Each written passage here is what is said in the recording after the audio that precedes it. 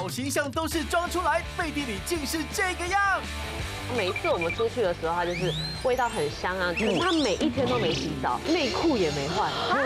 日本人的好其实都是骗人的，必须做那个表面，你才是礼貌的人。你认同吗？认同啊，因为我在打工的时候，这边是面包柜，好像然后拿那个面包的时候，对，西小瓜以貌取人，荒唐偏见让人喷饭。全身有4肢的露出来的地方都刺青，可是因为他在吃槟榔什么的，然后抽烟什么的，但我觉得他是一定杀过人的。你跟他出去，我们就不用害怕被欺负啊。你对人的观察有相当的偏见。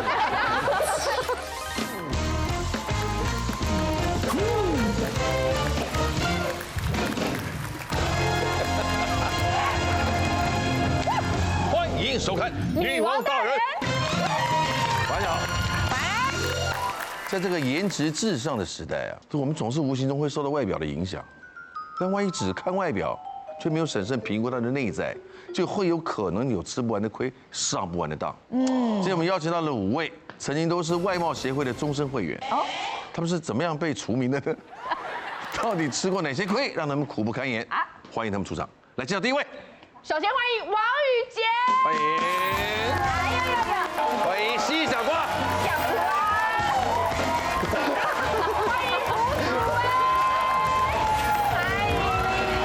欢迎马友佳，欢迎版本中华，好，欢迎大家，欢迎。看外表啊，全世界大家不能免俗的。是长得比较漂亮的男生或女生，能够应征到工作的机会，比一般人要多到5.6倍。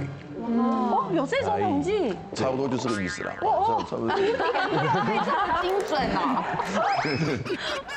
奇怪，你觉得怎么？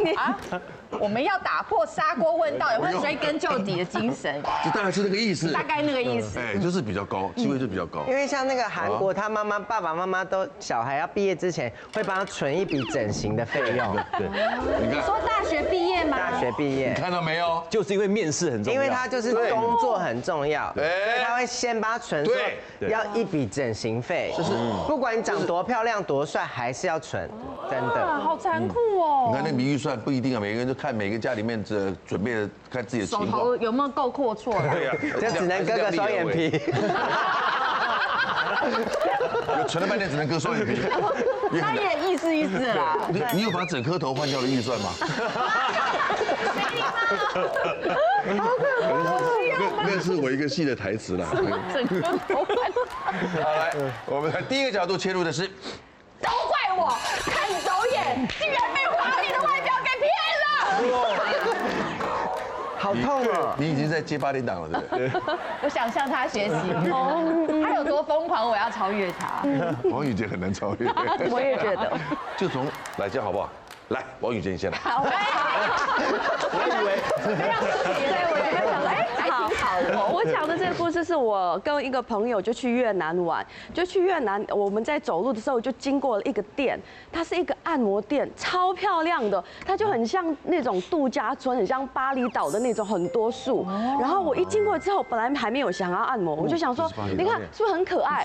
它的旁边还有很多灯，然后它就是很像一个在 Villa 的，然后它是一个按摩的地方，然后超漂亮哎，这么大这跟巴厘岛做的很像，对不对？很像吧，差不多吧。对，但它是在胡志明，然后经过之后，你看是很美，晚上经过都这样子，我就想说，我相信自己的眼睛嘛，想说我的判断，走过经过不要错过。对，不能就想这一定很厉害。我就进去之后呢，还有一点满，他说要可能2个小时后，我说哇，这个那么多人排好，很好。我说2个小时后我们回来，就在附近逛了街，然后再回去的时候呢，就是刚开始都还好，因为真的很美，然后很多外国人在那边，还有蜜饯可以吃喝茶，再进去按摩。我就想说，一般我都按60分钟吧。对啊，是不是很棒？还有迎宾的。对，然后我就想说好，我就但大家都想要按90分钟，我就想说按90分钟油压这样子。好，我就一直跟他们说，我要找的很会按的。我说我肩膀很硬，我要那个比较很 strong 这样子。然后他们派一个对，要有力。他们就我们派了一个很厉害的。我说好，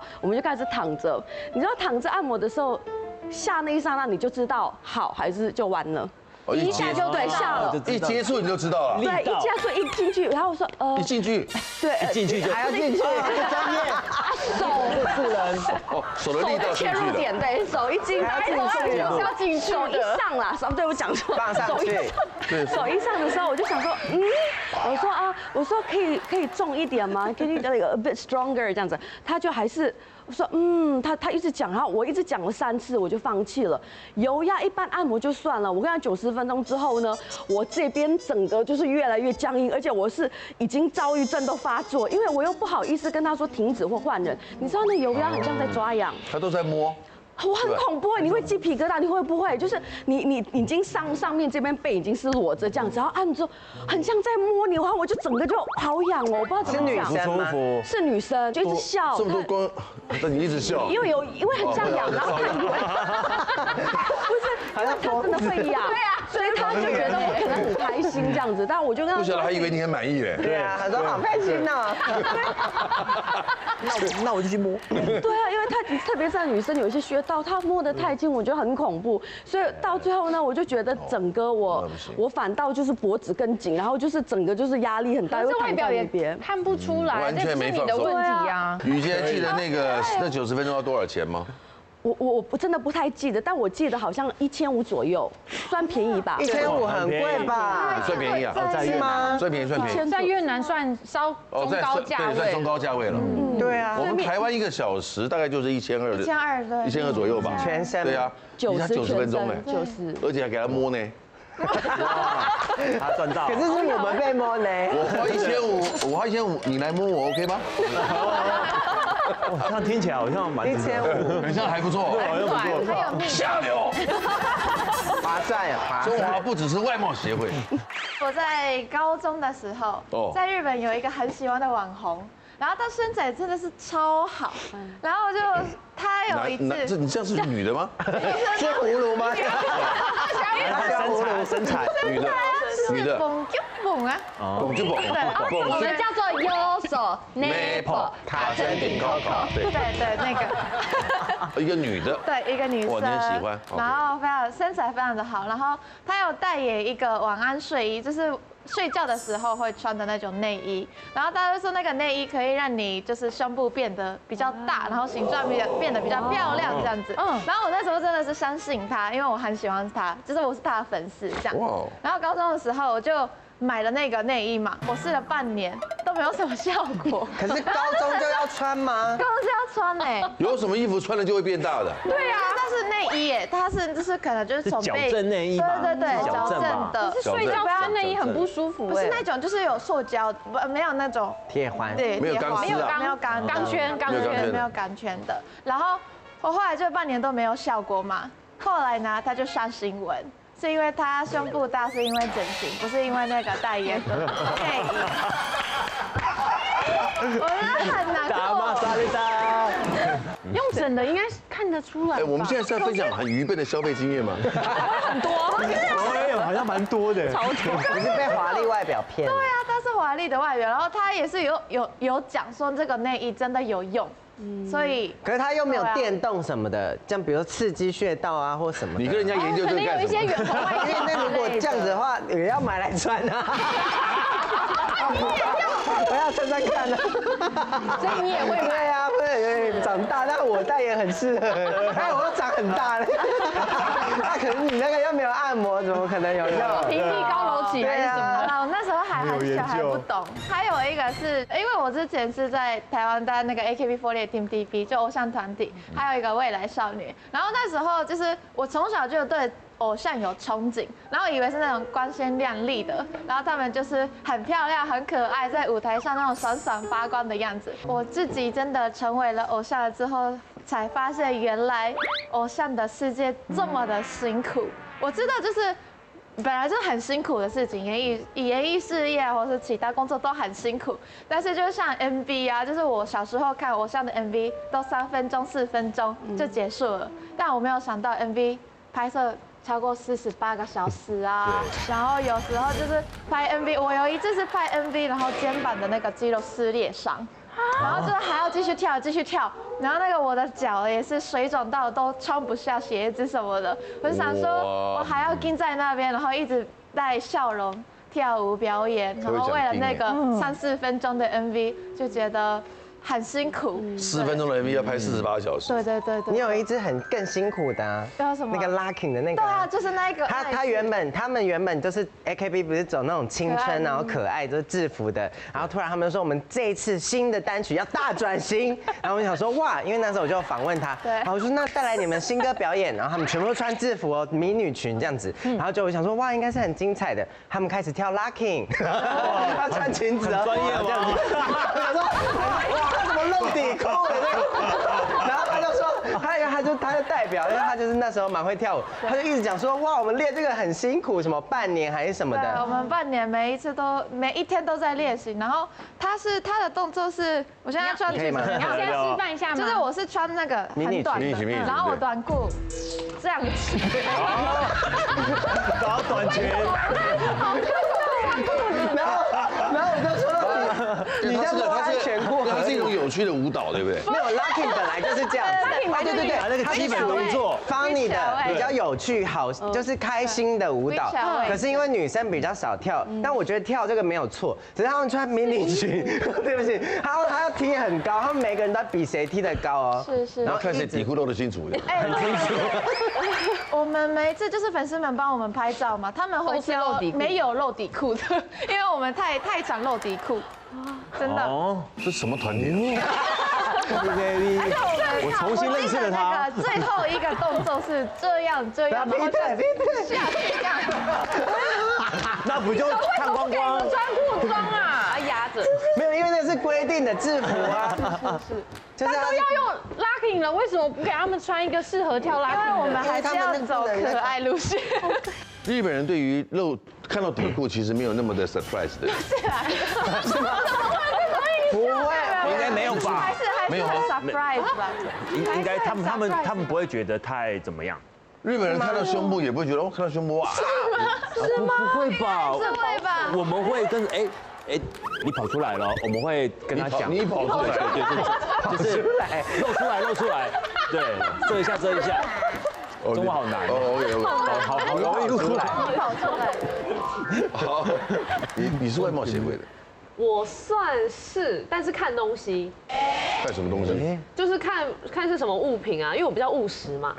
但我现在要分享这个东西是我以前一个好朋友，然后他骗了蛮多的男生的。因为他就是以前我一个很好的同学，然后他也是高高的，然后瘦，身材很好，然后每一次我们出去的时候，他就是味道很香啊，女生都会喷很多香水这样子，然后头发也是很蓬松哦，然后妆也很完整。然后后来我跟他越来越好之后，他曾经住过我家一天，他先住一天，他说我先借住你家沙发一天好不好？我说哦好啊，然后我洗完澡我就顺便问他说你要不要顺便去洗澡这样？他说哦没关系。我没关系，我不用，我这样直接睡就可以了。然后我想说，好吧，那女生一天不洗澡应该还好，然后也没有卸妆，就在第2天，他又说他要住我家，一样睡沙发，他还是不洗澡。他没说借住的原因吗？没有，他就说他就是懒得回家，想说可以跟我一起就是在家里聊天这样吃饭。懒得回家，要聊2天。对，不止2天，后来他连续知道4-5天，可是他每一天都没洗澡，然后连妆也没卸，好可怕，然后内裤也没换，皮肤没有烂掉，他皮肤蛮好的。然后我就想说，如果我今天就算不洗澡好了，我至少换个内衣内裤吧，因为内裤毕竟你知道还是太私密的东西。对，贴身的东西还是他可能反过来穿吧，可以穿4次。没有，他就是这样子，他正着反的，也蛮聪明的啦。前面后面交换。反过来穿就是说还有正面反面的。对呀，请问在跳拉丁舞是不是？超有画面，很有画面。对，然后我第一次遇到一个女生是，而且她就是每一天，然后我就说，那你这样子不换内裤，然后不洗头不卸妆，我说你平常怎么看起来很干净啊，香香的？她出门就是这样狂喷干洗法，然后啪喷完干洗法，干洗法，蓬松是因为干洗法，对，然后香水是全身喷，然后裤子里面、衣服里面全喷，然后就很香，然后这样漂漂亮亮就出门了。可是那个干洗法喷，就是你很久没洗，然后头很油喷，然后就会变一块一块的。真的是吗？你怎么知道？你因为我朋友也是这样，就同一个人。我洗头，因为我头发还是很短，还是会洗。因为我同学就是他是舞蹈老师，这样可以吗？他舞蹈老师他也是每天要喷干洗发，他有时候就会老师会流汗的，他就会一块一块，因为女生长头发其实不喜欢洗头。他们就会2、3天不洗，所以2、3天不洗，这个听到5天不洗头的我们也听过，听到5天都没有洗澡、没有卸妆的，这个是比较少见，对啊，连内衣裤都不换。对啊，可是她真的出门真的超级漂亮，身材也很好，很香。我们其实圈内的一个艺人，不能讲谁啦，谁啊？不洗澡吗？想知道不是他，他真的很可爱，很有魅力。不要讲是谁了哦。然后他住的地方。他不是没有买系统柜还是为什么？因为他自己说的。他回家到床只有一条路，其他的沿路堆放的东西，满满。他只有一条路可以走，而这条路上你会看到一个完整的牛仔裤脱下来的2桶放那边。他脱好以后，他只能出来。哇！早上起来，厕所盥洗完之后，他就走沿路走出去，然后到这个牛仔裤这样穿进去，然后拉起来，然后就出门。好方便。他自己都这样讲了，他有公开讲过。他讲过啊。那就可以讲是谁啦。不要，我觉得还是不要。你牛仔裤要让它站起来，是你不能洗它，它越站就这个，你的逻辑也很奇怪，是不是有过？木村拓哉他也这样说，木村的牛仔裤是不洗的。然后他就有说，会站起来的牛仔裤都是没有洗过的，所以很值钱。就是他们玩的很值钱，原味牛仔裤，很贵的牛仔裤不能常常洗。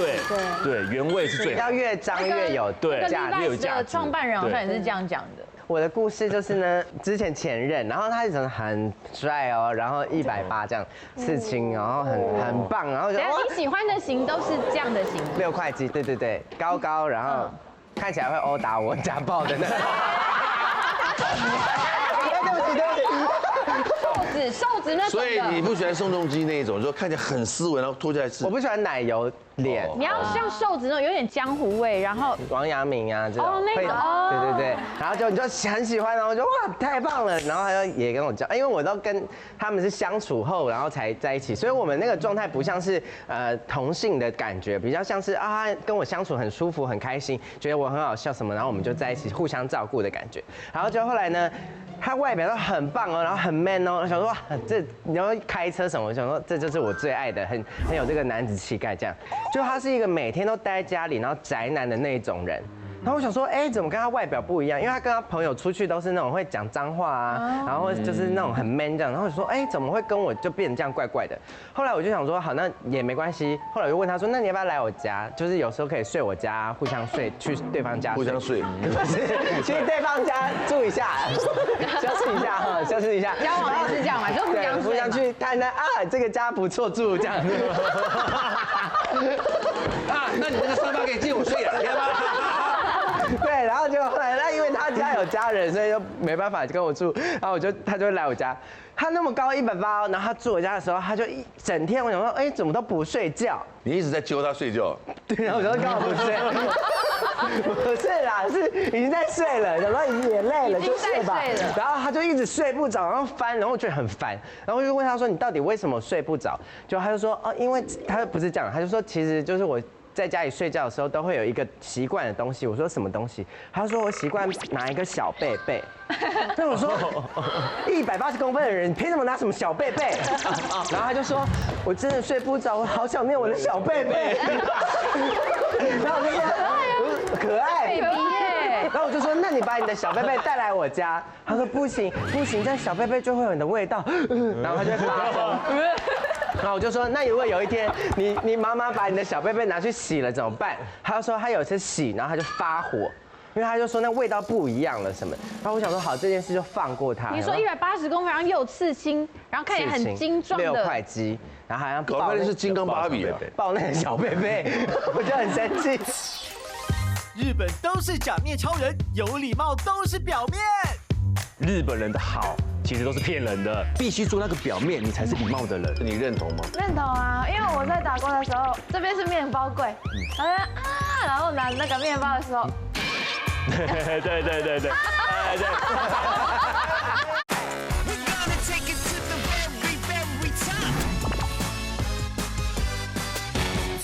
6块鸡，然后好像搞半天是金刚芭比啊，抱那个小贝贝，我就很生气，然后我就想说好，我们这个原谅他，我想说原谅，反正我也不一定每天要。他有小贝贝，你干嘛原谅他？他有错吗？我没有小贝贝啊，我就是大贝贝啊，小丑贝贝啊，我就很不爽。哎，那个小贝贝超丑的，烂到不行，又脏又臭，失丑，就很丑又臭啊。然后我就很生气，啊，我就说好算了，反正我也没有每天跟他一起睡，好那就过咯。然后我想说好，那我们就去看电影，对不对？那相处嘛，就你知道看电影的时候是他约我看电影的，然后我们就坐在一起。然后这电影就播咯，鬼片啊！可是因为我本身比较不是那种会尖叫或者是好可怕，我不会，我就觉得啊鬼要出来，好恐怖！哎，鬼要出来了，像是会大尖叫的人呢。不会，我其实还好。然后我说鬼要出来了，然后他这样子觉得跟我看好像没有那个鬼的感觉，然后突然他就这样站起来，然后我就说你干嘛？然后他说我要自己享受一个人看鬼片的感觉，然后他就自己坐到角落哦，我这样坐，然后这样双脚还这样抱在一起，然后这样子。然后那边自己一个人也很恐怖，然后我就因为我又不敢就是在外面大叫，我就想说好算了，我也就原谅他，原谅他。然后到电影结束的时候，有什么过人之处让你可以一直不断原谅他？坏掉吧，没有人爱。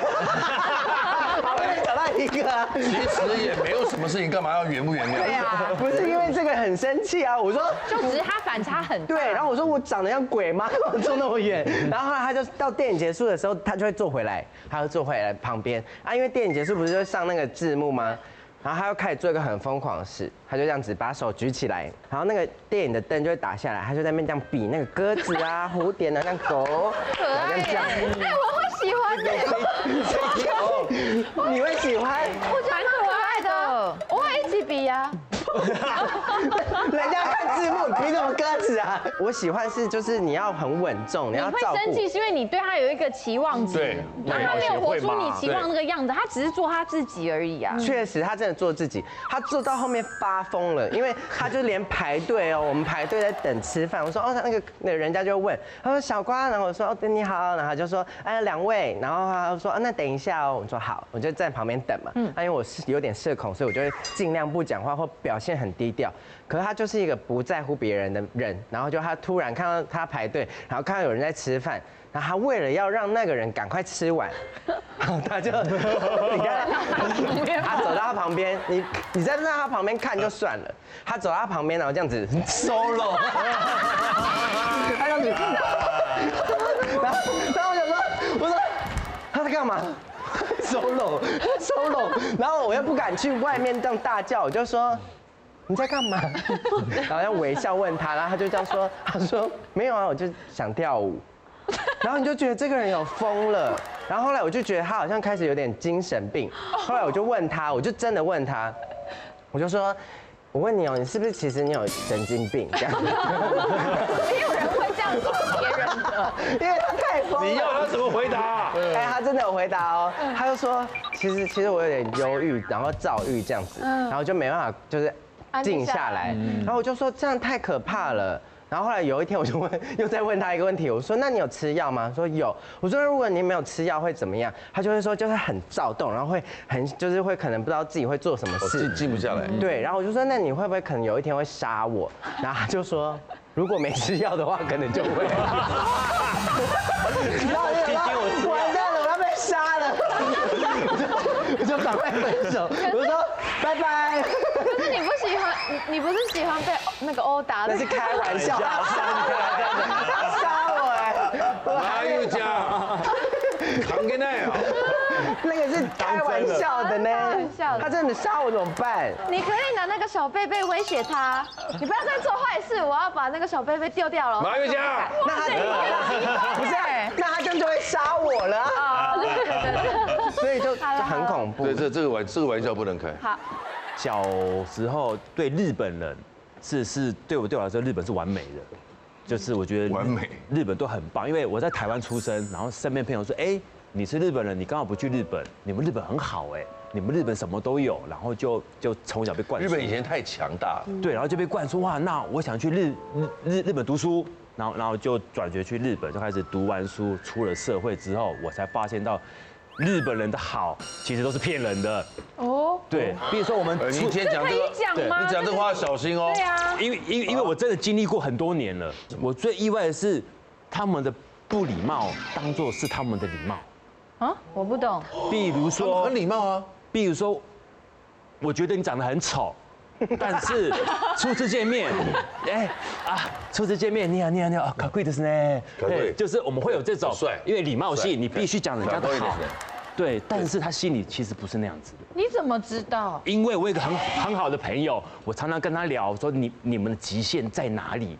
然后什么叫做什么的极限？就是我们是朋友，我喜欢开他玩笑，就是这个谈谈鸟鸟啊，干嘛的，做很极限的事情。我们也不会乱谈朋友鸟鸟。小时候国中生，对，我小时候就过去了。对，我就是想要娱性节目啊，就是什么样的时候可以做这样子？叫朋友互闹啊，你说吃饭吃就谈朋友互闹啊，你不要动我，我谈你哦之类的。不要问时间点。还是日本小时候这样子。这个宫保鸡丁好好吃啊！白痴啊！因为要问时间点的呢，这个游戏怎么会这样？就小时候会乱玩嘛。是你们都什么时候谈鸟鸟呢？对啊，那个惩罚的时候，比如说玩抽鬼吧，惩罚怎么办？我们弹额头一样，没有弹鸟鸟。一开始是弹额头、弹耳朵，弹到没有地方弹的时候就开始弹鸟鸟，要不要？敢不敢玩？弹鸟鸟。对，然后就玩到真的好庆幸。对，然后那个时候朋友就生气了，我就觉得你干嘛生气？我们不是很好的朋友吗？他就跟我唠了一句话，忍耐是有限度的，干嘛跟多嘎鲁啊？原来对 gendo 嘎鲁，所以你做任何事情都是有 gendo 的。然后他们的礼貌是表面的，对，因为必须做那个表面，你才是礼貌的人。你不做这个表面，你就是不礼貌。这是社会的一个对，你必须社会要求，你必须那样子。那我就会觉得，怎么不太一样？他有在台湾生活过，所以去日本，然后他有那个感觉。他刚刚说的，你认同吗？认同啊，因为我在打工的时候，我在面包店打工，然后我面对客人，这边是面包柜，然后拿那个面包的时候，对，西小瓜以貌取人，荒唐偏见让人喷饭。全身有四肢的露出来的地方都刺青，可是因为他都吃槟榔什么，然后抽烟什么的，但我觉得他是一定杀过人的。你跟他出去，我们就不用害怕被欺负啊。你对人的观察有相当的偏见。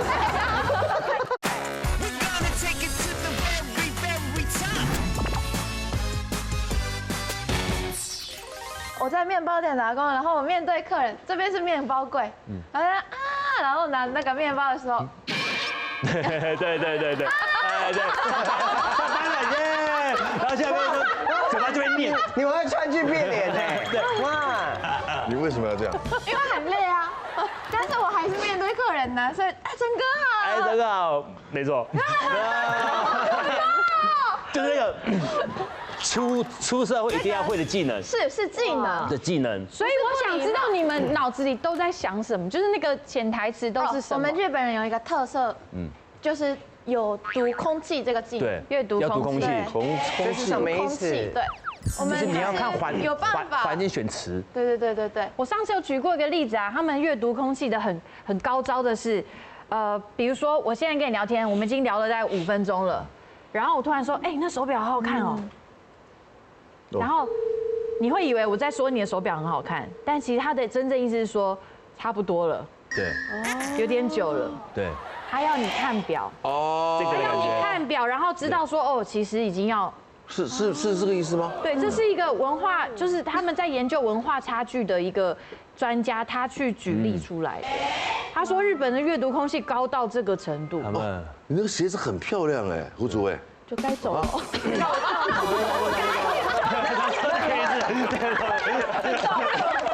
那如果遇到像我们很笨的人听不懂怎么办？对啊，我们就不懂啊。他说哇，你的鞋子很漂亮。我说对啊，刚买的。对，好漂亮哦，昨天买的。那他会气疯啊。对，我们就不懂啊。可是日本人可能就会懂。对，谢谢你们刚刚分享的这些外贸协会啊，你们真的不愧是终身会员。他们对于平常生活中所接触到的人事物，都是因为外貌他们吃了一些亏，对不对？也不是吃一些亏，可以认清一些真相。但是我们的第二个环节完全相反的角度，来。外表朴实无华，但结果却意外的好棒棒。那我之前就是有遇到一个朋友，他也是很长得比较特别，他就是全身有4肢的露出来的地方都刺青。但是真的只是朋友哦，刺青就会让你有感觉，对不对？没有，就是刺青加分，刺青加分跟他交朋友，然后就真的是朋友，然后就后来他要剃那种就是那种平头，然后呢，他就是嘴巴也在吃槟榔这样子，所以你这样一看到他的时候，你就觉得刚刚讲的故事是我要被杀，但我觉得他是一定杀过人的。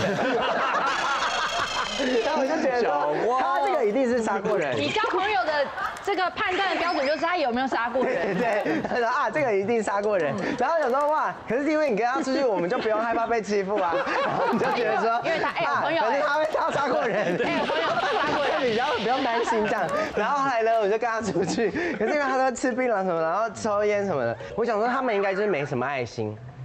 可是因为这个怎么来的？不是因为。怎么直接跳到这个节目？他们比较没有空去想这个，因为像我们就那边有流浪汉，要给他钱，他们没有时间呢。那他讲吃槟榔，比较没有空关。因为他一直在嚼槟榔，他很忙，对，他没有时间做爱心。对啊，你对人的观察有相当的偏见。没有啦，只是朋友，我的附近的朋友这边，但别人的可能就有比较爱心。我觉得以后我如果载着你啊，我们载着你是我的乘客，我的朋友，我开车载你。对，如果遇到任何事故，麻烦你就下来。哎，不要吵，他杀过人哦。我觉得你就这样说我。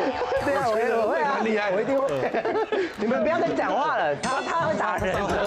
就是我会这样，都是我会先派这个朋友，我交朋友是以。结论都好奇怪，就是以比较我要自己要被保护的那个状态，所以我跟他们交朋友就想说，他应该比较不会有爱心这样子。然后我想说，好，没关系，那像我就是可能有流浪猫，我就赶快去买食物给他们吃。就有一次我就大改观哦，因为我其实很爱夹娃娃，然后我就夹，然后我其实就很喜欢，像最近就流行什么库洛米啊，什么那些可爱的小东西，对，然后我就夹，然后我就自己很开心，就是除了那个出货的这个成就感，还有很喜欢这个东西就带回家。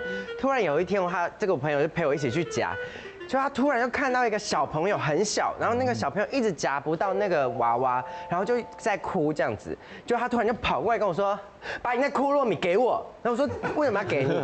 这是我夹到的。”他说：“哪来就对了。”然后我说：“你要干嘛？”他说：“那个小朋友在哭，给他。”然后我说：“天哪，你怎么那么爱心？”心动了。然后我就说怎么会？可是那是我的库洛米呢。然后我就说好，那你先给那个小朋友。但我也很喜欢小朋友，所以我就说好，那你给他一个哦。他竟然还说不行，我给你1000块，你再帮我夹5个。然后他就叫我去夹很多个，都是库洛米，然后他都要送。说夹就夹，这么好夹？因为其实那个就是如果是那种。大店里面其实蛮好夹的，你只要夹可能50块，然后没夹到，你就跟那个举手，你就跟店员说求救，然后他就来了，他就会帮你摆，然后摆到比较好的位置这样。哦，对啊，你们没有玩过，好土哦。小哥，你讲话小心一点。他杀过人，没有，就是你要不要看他的刺青？有蝴蝶吗？不能看的地方。因为他那时候就是这样子的时候，我就觉得哇，怎么那么有爱心？我就觉得这一点是让我觉得，其实我们不能以外貌取人，真的不行啊。我们永远在看一个人，想说他可能会运动哦，会开车，他可能他会环岛，会骑脚踏车。我们很少说他应该杀过人，我们很少会去想一个人的资历是杀过人，比较少。他应该埋过尸体吧？这一类的，那这太特别了。越南无名小吃店美味超越5星级。那一趟啊，最好吃的就是米其林，什么都无所谓，但这一家是最好吃，我觉得很破烂。我想哇，这个好热哦！我过去吃了之后呢，惊为天人，因为这家店我对河粉改观，所以我去哪里都点河粉，但没有比这家好。吃不到那个味道。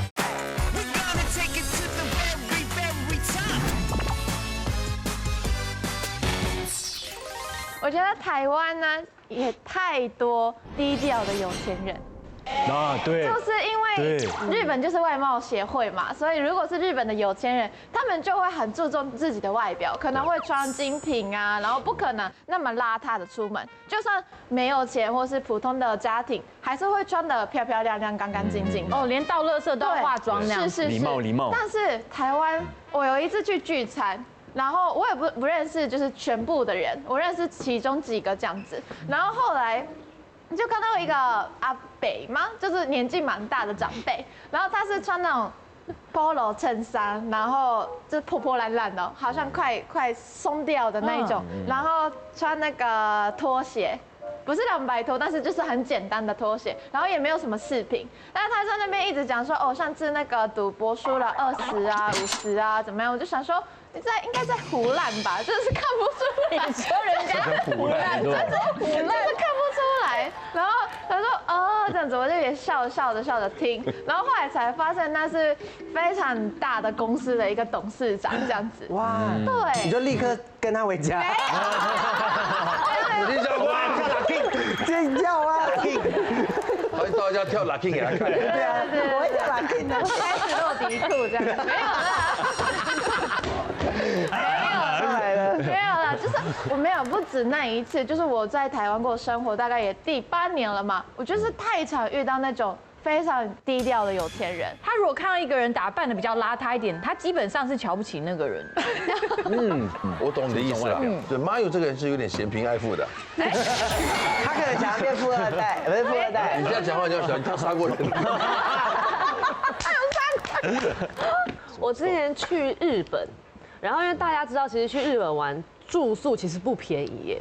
正常来讲，要找到1000块以下的一个人，我觉得是很难。对，非常难，超级难。结果我有一次去日本，然后因为我隔天要去机场搭飞机嘛，所以前一天我就先住在一个成田市区，就是离机场很近的地方。我想说，反正睡一个晚上，那隔天很早就要搭飞机，所以随便找。结果就找到了一间是照片看起来就是很小的一个屋子。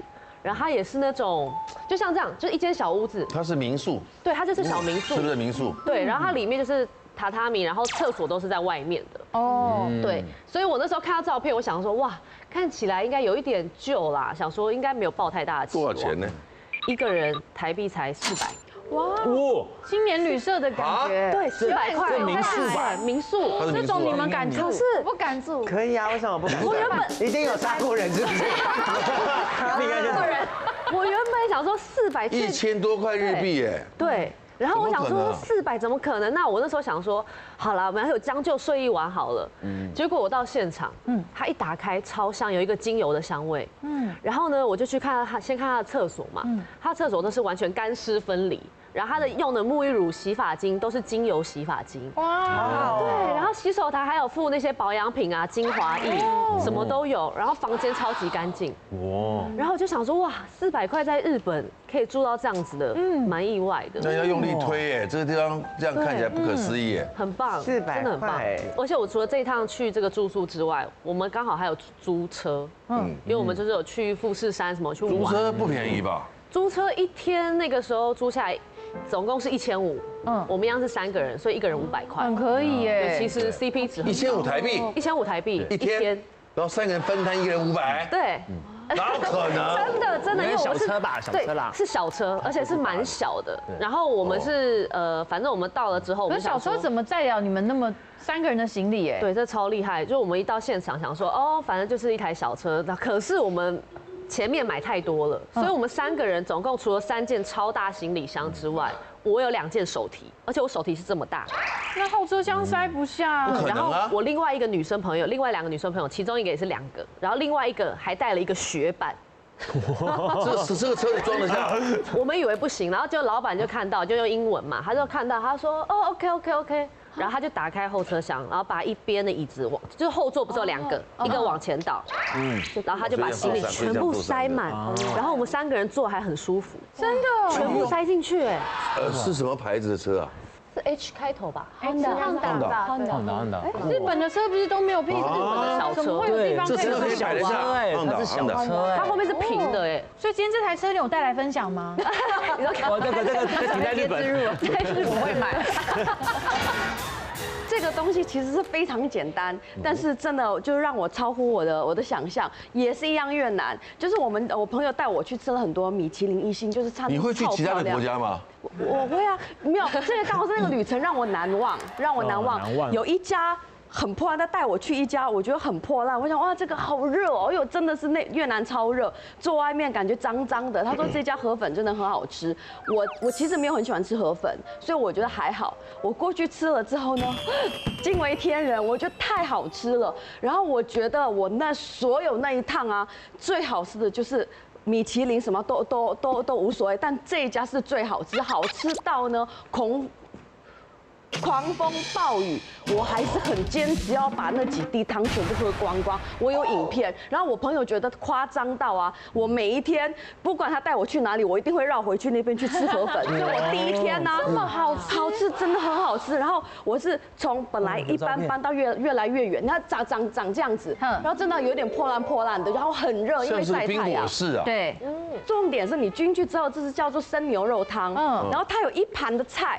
那个菜是叫做罗勒跟刺芹，刺芹是一个长长的，你要剥开之后，啪一啪了之后就变很香，对，然后所以我那一整盘呢，我们2个人把全部就是啪，然后剥超多的，然后还有它的柠檬跟辣椒，还有一个蒜头，但是腌过的腌蒜头，酸的。我跟你讲，好好喝，我想到我都会流口水。重点是有那个影片，我朋友觉得我真的是疯了，因为就狂风暴雨，我整个是已经湿了，包包湿，我还有相机都湿了，连那个老板的儿子都跟我说要不要进去，我说差不多，我把它喝完，然后我朋友拍下来，你看有多夸张。哦，真的暴雨哎！你看淹水了吧？他说我说好，还要你再看哦。然后你看脸都湿了，你有看到你有看到我头发跟脸都湿了吗？这么好吃哦！哎，真的是，你有看到我的脸是全湿了吗？看到了，我的包全部我还在活在我的世界，我朋友已经跑到里面了，说你可以跑了吗？你为什么要在外面吃啊？你们因为本来没有下雨。本来是，你知道那边是突然之间都是午后雷阵雨那种。对，然后我就在那边喝，下大雨了，然后大家都跑走，其他的客人都到进去，我还在喝，就很享受。然后那个就，你要不要进去？然后我朋友说你真的觉得很夸张，然后我整个这样就会湿到我最后有一点冷。这家摊子是自己找到还是朋友介绍？是朋友介绍。代步车其貌不扬，靠这招翻转身价。我的预算就30万元。但是我又想说我要开3.0的车子，中古咯，对，二手其实蛮破破烂烂的，然后就把它想说改它，然后就背一个应该算车友吧，他对我说，先生你的车蛮帅的，他给我买，哇，又多赚。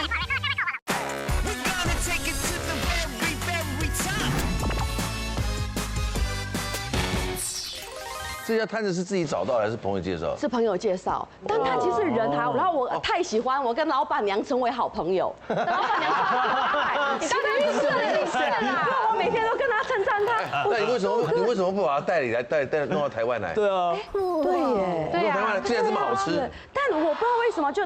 我甚至去了那种米其林的，我也叫了河粉，因为这家店我对河粉改观，所以我去哪里都点河粉，但没有比这家吃不到那个味道，真的好头吗？这也是阿嬷的味道。对，然后我吃到其实那个你可以看那个特写，我脸越来越圆，因为它可能有一些味精什么，但我可能对味精有点过敏，所以我尽管每天早上眼睛都已经快要睁不开，我还要去那个河粉店。你可以看特写，我脸有多圆。还好啦，鼻子都已经好，就是对，算圆了。它真的很好吃。如果你们有去胡志明，我真的推荐你，那个真的好吃。那个阿姨的眼睛是不是有点太雾了？对。小心阿姨在哪里？那是反光啊！阿姨杀过人，阿姨杀过人。而且它真的，它本来是有点酷的，就是不太理人。但我每一次吃饭太开心，我会一直跟他讲 so delicious， 我的 the best， 我一直这样子就变得很熟。可是那个很贵吗？很便宜，才反正几十块吧。对啊，几十块台币，应该可能台币100不到，应该不到，有可能100不到。但它那个汤真的好鲜哦，真的好好吃。我是那个时候在大嘴巴时期吧，我还在做流行音乐的时候，那个时候就存了一笔钱，然后在台湾想买台车，可是我发现到台湾车很贵，因为日本是很便宜其实，所以我什么样的车子？摩托车？汽车，日本便宜，因为是国产，所以对他们来说他们是很便宜。可是，一到台湾是翻倍 double， 对。可是我的预算就30万元，但是我又想说我要开3.0的车子，因为是我30万买3，中古喽。对二手，我买一台Nissan的，就是那个它有个型号叫做窈窕淑女，单纯觉得名字很帅。窈窕淑女吗？窈窕淑女是帅，对，她名字很帅，她是一台车叫窈窕淑女，我就觉得听起来很像赛马的名字。对，因为它双门，它是跑车，然后就买回来其实蛮破破烂烂的，然后就把它想说改它，想说我是一个改车也很贵哎，想说我是一个创意创作者，我应该这台车可以弄得很帅。双排气。对，然后就是对能改的都改，什么尾翼什么能弄的都弄了，然后改完之后就可能就开到街上，然后就被一个应该算车友吧，他就来问说，哎，先生你的车蛮帅的，然后他后来他就出价说你能不能卖我这台车？哦，可是我车我这样改你喜欢没有？我就是买作品，我就是喜欢你改好的样子，然后车就被他买走了。那可是真的？对，可是我一开始我买的时候，我是觉得这是烂车，我要把它弄得我喜欢的样子，代步就好了。结果他花我买30，大概改了20万，他给我买60万。哇，又多赚10万。对，我又多赚了钱。后来我们拍 MV，然后我还跟那个车友说，哎，你车可以借我，我要拍 MV，再借我一下吗？后面那台蓝色的，蓝的，这个是 Funky 那个女孩。我有听过这首歌，对，跟新梅姐。对，然后也是跳 Lucky。Funky 那个，也是跳 Lucky。然后女生是 Funky。对。然后我们那个时候很流行装气压避震器，把车子贴在地上，改蓝Tiffany 蓝呢？对，那个时候很流行 Tiffany， 我就考一个 Tiffany， 本来是红色的。好看。你这个车窈窕淑女，厉害哎！你这车很好看呢。对啊，很玩命关头的感觉。对。我们都喜欢美的事物啊，这是天性使然。但是许多事物呢，基本上呢，它价值并不在于它的表面，而在于它的内涵。我有一句很喜欢说的话，好看的皮囊千篇一律，有趣的灵魂万里挑一。祝福现场的每一位外貌协会的朋友，希望你们踏实自在而开朗。OK， 我女王大人，下次再见 ，See you， 拜拜。谢谢东豪。